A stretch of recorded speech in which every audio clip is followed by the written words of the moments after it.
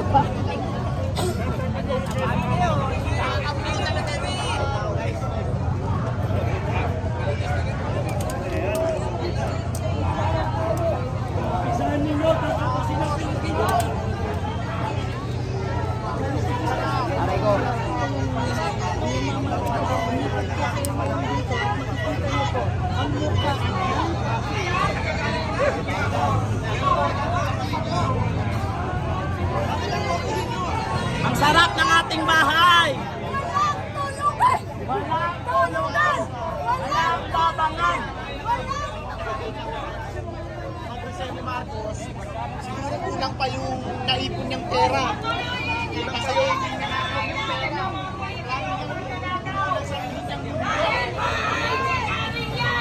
Pera namin! Ang binili sa mga bahay na yan!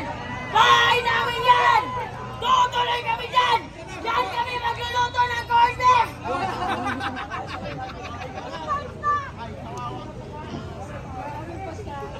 Mga putang ina ang politika nyo! Why mga walang iya kayo! Mahirap kayo! Kailangan nyo pang magnakaw para umasenso! Bahay namin yan! Uulitin ko!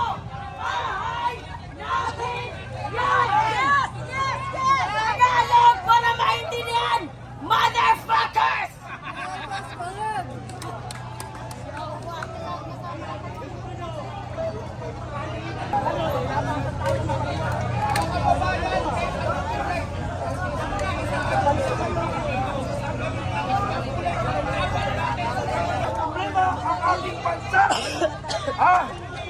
Kahit naman nandito tayo, hindi naman nila tayo naririnig. Yung mga bahay nila, saradong-sarado. Kahit magsisimigaw tayo, hindi sila madidistorbo.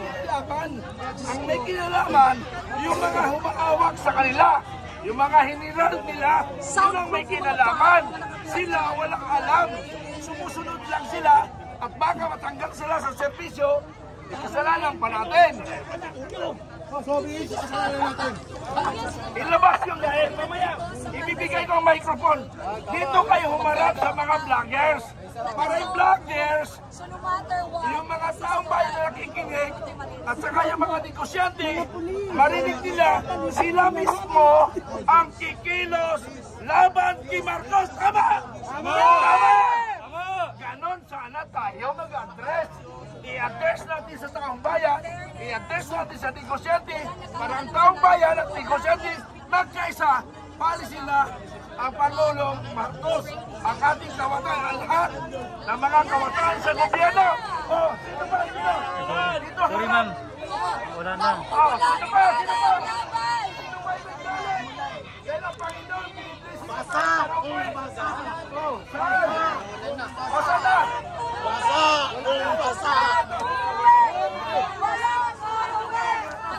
Basa! Basa! Basa! Natutulog po sila! Natutulog sila! Alam ko masamang manalangin ng masama sa kapwa. Pero dahil sa pagtulog nyo, sana huwag na kayo magising! Basa! Basa! Hoy, ilan lang yan?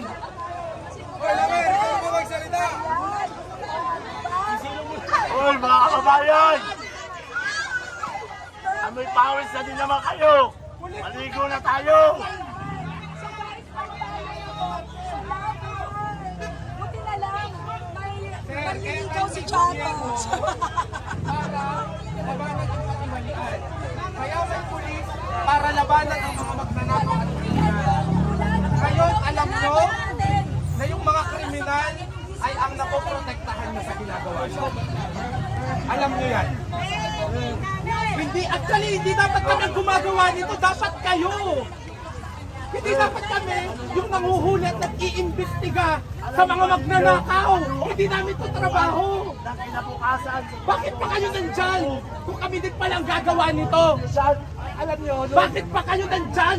Kung kami din palang manguhuli ng magnanakaw at magagamit kayo ng mga magnanakaw para protektahan sila. Galit na galit! Galit na hutiin ng magnanakaw. Protektahan nyo. Hindi na kayo nagbago. Lagi na lang. Pinasukan! Protektahan kayo. Bayan! Nagkulat na nakakaiwan! Nakakaya kayo. Utak ni Osama Bin Laden! Utak ng mga rebelde! Inyo ang makakalaban ninyo! Habang nagtino pa tayo sa mapayapang pagkakataon at mapayapang pag-uusap. Bakit hindi ninyo ibigay? Ang tiwala ay binigay namin sa inyo. Sir, nabuhay ako sa bayan ng puno ng digmaan. Napuno ako ng takot dahil sa pambobomba doon sa Panggel Bay. Yung barge na binomba. Bata pa ako noon. Takot na ako na bumiyahe. Hindi din namin alam kung sinong sibilyan ang madadamay sa digmaan. Ano ang pakiusap ng mga kapulisan at kasundaluhan at ng gobyerno? Huwag kaming magrebelde.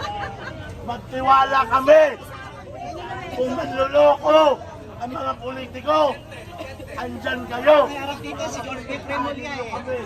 May Boying Rimulya, akala ko Nagagawa sa ninyo. Magkakaroon Magkakaroon pa ba kami? Pautakan namin kayo, mga putang ina! Kabataan, magtitiwala pa ba sa inyo? O baka ang tingin na sa inyo, nagsusunod sa henerasyon, ay kalaban na din. Habang ang mga nandito ay may tiwala pa sa kapulisan, may tiwala pa sa kasundaluhan, huwag ninyong biguin ang tiwala ng taong bayan. Loyalty check namin to sa inyo, sir. Kung saan ang katapatan ninyo sa mga politiko na ginagamit kayo para sa kanilang pandarambong o sa aming mga mamamayan na nanganakawan. Mamili kayo kung saan nyo gusto. Dahil baka pag panahon na magkaroon na ng digmaan, magkaroon ng rebellion ng mamamayan, kayo din ang kawawa.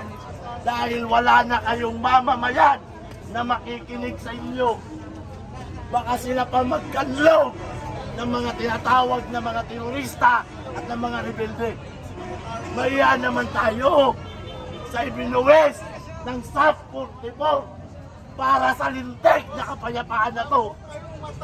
Tandaan ninyo kung paano napaslan ang mga kasamahan ninyo dahil sa kaguluhan at digmaan. Yun ba gusto ninyo ipamana sa kabataan? Na ang mga kabataan ay itututok ang kanilang mga baril sa kapulisan at kasundaluhan. At kayo ang papatay sa ating mga mamamayan. Sir, trabaho nyo yan. Narito kami bilang mamamayan. Pero tandaan nyo, mamamayan din kayo. Bilang pagiging pulis at profesyon ninyo, mamamayang Pilipino din kayo. Kaya ang dapat ninyong ipagtanggol ay mamayang Pilipino at hindi ipagtatanggol ninyo sa sarili ninyo.